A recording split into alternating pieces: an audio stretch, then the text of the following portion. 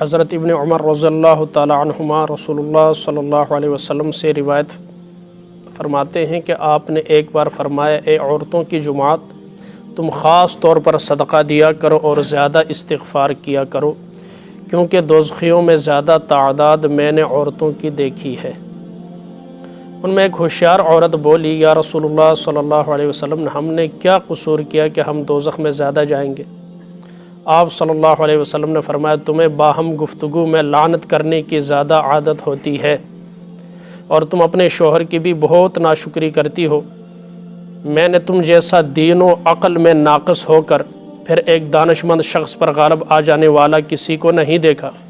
انہوں نے عرض کیا کہ ہمارے عقل و دین کے نقصان کی تشریح فرما دیجیے۔ آپ نے فرمایا، تمہارے عقل کا نقصان تو یہ ہے کہ دو عورتوں کی شہادت ایک مرد کے برابر سمجھی جاتی ہے۔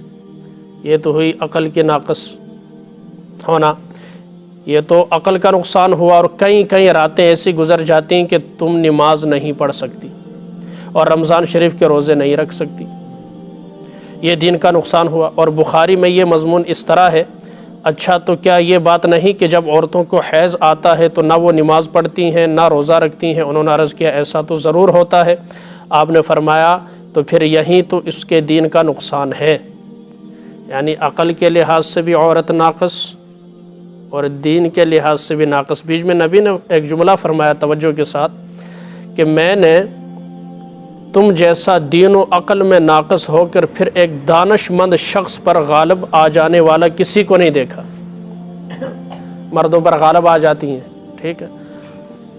اب اس کی جتنی تشریح کی جائے وہ کم ہے، موجودہ حالات سب کے سامنے ہیں، کس طرح عورت مردوں کو اپنے ہاتھوں کے اوپر جو ہے وہ نچاتی ہے۔ حافظ ابن تیمیہ رحمہ اللہ فرماتے ہیں کہ اسلام اس مجموعہ آئین پر عمل کرنے کا نام ہے جو حضرت صلی اللہ علیہ وسلم انسانی زندگی کے لیے لے کر آئے تھے، صرف زبانی قول کا نام نہیں۔ اس لیے جو شخص اس مجموعے پر جتنا زیادہ عمل پیرا ہوگا اس کا دین بھی اتنا ہی زیادہ مکمل شمار ہوگا، اور جو عمل میں جتنا پیچھے رہ جائے گا وہ اتنا ہی اپنے دین میں بھی ناقص کہا جائے گا۔ عورت اپنی فطری عذر کی بنا پر کچھ مدت نماز اور روزہ سے معطل رہتی ہے، اس لیے اس کا دین بھی اس مرد کی نسبت ناقص ہونا چاہیے جو کسی وقت عبادت سے معطل نہیں۔ عورت کے دینی نقصان کی ٹھیک شرح یہ ہے، باوجود چاہنے کے بھی اور مرد کے لیے نماز کی معافی، روزے کی معافی، جب تک وہ اتنا بوڑھا نہ ہو جائے کہ روزہ رکھنے کی سخت نہیں، پھر بھی فدیہ دے گا۔ نماز کی معافی پھر بھی نہیں ہے، نماز کا آخری حد اشاروں سے پڑھ لے، لیکن چھوٹ پھر بھی مرتے مر جائے گا، لیکن نماز کی چھوٹ نہیں ہے۔ لیکن عورتوں کے ہر ماہ کے اندر نمازیں بھی رہ جاتی ہیں، رمضان کے روزے بھی رہ جاتے ہیں، پھر جب بچہ ہوتا ہے اس کے بعد جو ایک عرصہ ہے اس کے اندر بھی نمازیں ہیں، اور اگر وہ رمضان کا مہینہ تو روزہ نہیں رکھ سکتی، باوجود چاہنے کی بھی نہیں رکھ سکتی۔ ظاہر ہے اسلام نے جو معیار رکھا ہے وہ دین کی بنیاد پر رکھا ہے۔ جب اچھا اب جی پھر دوسرا وہ لائے میرا جسم میری مرضی، تو پھر وہ بیماریاں روک کر دکھائے نا، میرا جسم میری مرضی، کہتے ہیں ہم مردوں کے شانہ بشانہ چلیں گے۔ اللہ نے بنایا ہی نہیں تمہیں، تمہارا ماڈل ہی مرد سے نہیں ملتا، صنف ہی الگ ہے۔ لفظ صنف نازک استعمال ہوتا ہے تو کوئی کس طرح کہہ سکتا ہے ہم مردوں کے شانہ بشانہ چلیں گے؟ یہ تو فطرت کے خلاف آواز ہے نا۔ کس کے؟ فطرت کے خلاف۔ اب 70 والا جو ہے وہ ہونڈا 125 نیا ہے، اس کے ساتھ مقابلہ کرے تو نہیں ہو سکتا، لوگ بیوقوف ہے۔ مسئلہ یہ ہے، تو یہی معاملہ یہاں پر بھی ہے۔ اچھا، رہا سوال یہ کہ صنف نساء کا یہ تعطل اختیاری نہیں بلکہ فطری ہے، یہ ان کے دینی نقصان کا موجب کیوں ہو؟ سوال کوئی کر سکتا ہے، بھائی اس میں ان کی تو غلطی نہیں ہے نا۔ تو پھر تو اس کا جواب یہ کہ اگر اس فطری نقصان کے ساتھ شریعت ان سے صنف رجال کے کمالات حاصل کرنے کا مطالبہ کرتی ہے تو بے شک ناانصافی ہوتی۔ شریعت اس نقصان کے ساتھ وہ کہتی کہ مردہ جو کام کرنے نے، پھر تو وہ کیا تھا، واقعی ان پر زیادتی تھی۔ شریعت انہیں سہولیات بھی اتنی دیتا ہے نا، کمانا کس نے؟ مرد نے۔ اچھا، اس بیماری کے ساتھ نماز پڑھنا ہوتی، روزہ رکھنا ہوتی تو مسئلہ تھا، لیکن نماز کیا ہے؟ معافی ہے۔ اب عورت نے بچہ جنا ہے، کتنی کمزوری ہے، کتنی دوائیاں کھانی پڑتی، اوپر سے یہ چیزیں ہوتی، نماز روزہ والی مر نہ جاتی؟ بات سمجھ میں؟ ادھر تو ہڈی کٹی 24 گھنٹے کھانے والی وہ جو رمضان کے اندر روزہ نہیں رکھتی تھی، جن کے بچے ہوتے یا اس طرح کی بیماریاں آتی تو وہ کہاں رکھتی؟ لیکن شریعت نے جتنا انہیں قدرت نے مجبور کیا ہے اتنا ہی انہیں کیا کیا ہے، فارغ بھی کیا ہے ذمہ داریوں سے۔ ساری ذمہ داری مرد کے اوپر ہے، بے شک ناانصاف، مگر ان سے مطالبہ ہے تو انہی کمالات کا ہے جو ان کے عالم میں کمال تصور کیے جاتے ہیں۔ قدرت نے اگر انسان کے بازوئے پرواز نہیں دی اور اس حیثیت سے اس کو ایک پرندے سے ناقص بنایا ہے تو اس سے اڑنے کا مطالبہ بھی نہیں کیا۔ انسان کو پر نہیں دیا تو اللہ نے یہ نہیں آکھیا ہوں تو ساں اڑ کے وہانا ہے، ٹھیک؟ اللہ کے اندر زمین چی رہو، زیادہ اڈن دی کوشش نہ کرو، مجھے راضی کرنے کی کوشش کرو، پھر اس سے اس کا کیا حق ہے کہ وہ قدرت سے اپنے نقصان کا گلہ کر سکے۔ اصل ہے کہ اجناس ہو یا انواع، سب خدا کی مخلوق ہیں اور سب ہی میں ایک نہ ایک جہد سے نقصان موجود ہے۔ شریعت اس فطری نقصان پر تم سے مواخذہ نہیں کرتی، تم کمال نقصان کو اس تقسیم سے اس پر اعتراض مت کرو۔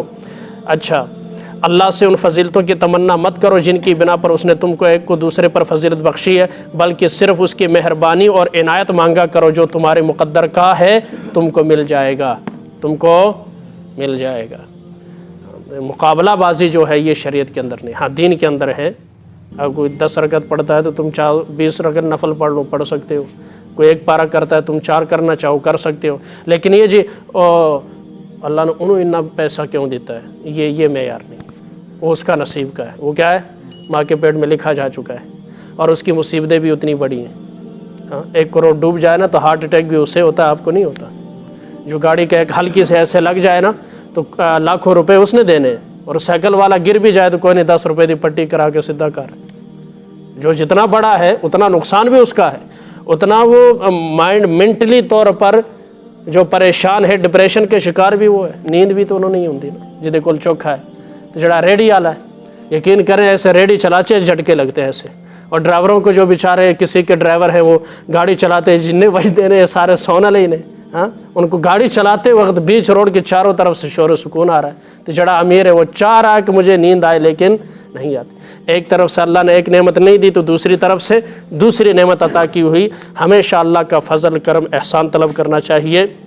اللہ نے جو دیا ہے بہتر دیا ہے، اچھا دیا، اللہ شکر ہے اس نے ہمیں خنزیر نہیں بنایا، کتا نہیں بنایا، اور اسی طرح حرام جانور نہیں بنایا، حلال جانور جن کو ہم کتنا پیار سے لاتے، قربانی کے جانور اپنے آنکھوں کے سامنے چھری پھیرتے اور بڑی خوشی کے ساتھ پھیرتے کیونکہ وہ قربان ہونے کے لیے جانور۔ اللہ نے ہم سب کو اشرف المخلوقات بنا کر اللہ نے ہمیں فضیلت دی ہے، یہ فضیلت ہی بڑی اور پھر اسلام کی دولت عطا فرمائی، اس پر اللہ کا جتنا بھی شکر ادا کرے وہ کم ہے۔ اور عورتوں کے لیے حکم یہ ہے جتنا بھی ہو سکے استغفار زیادہ کریں۔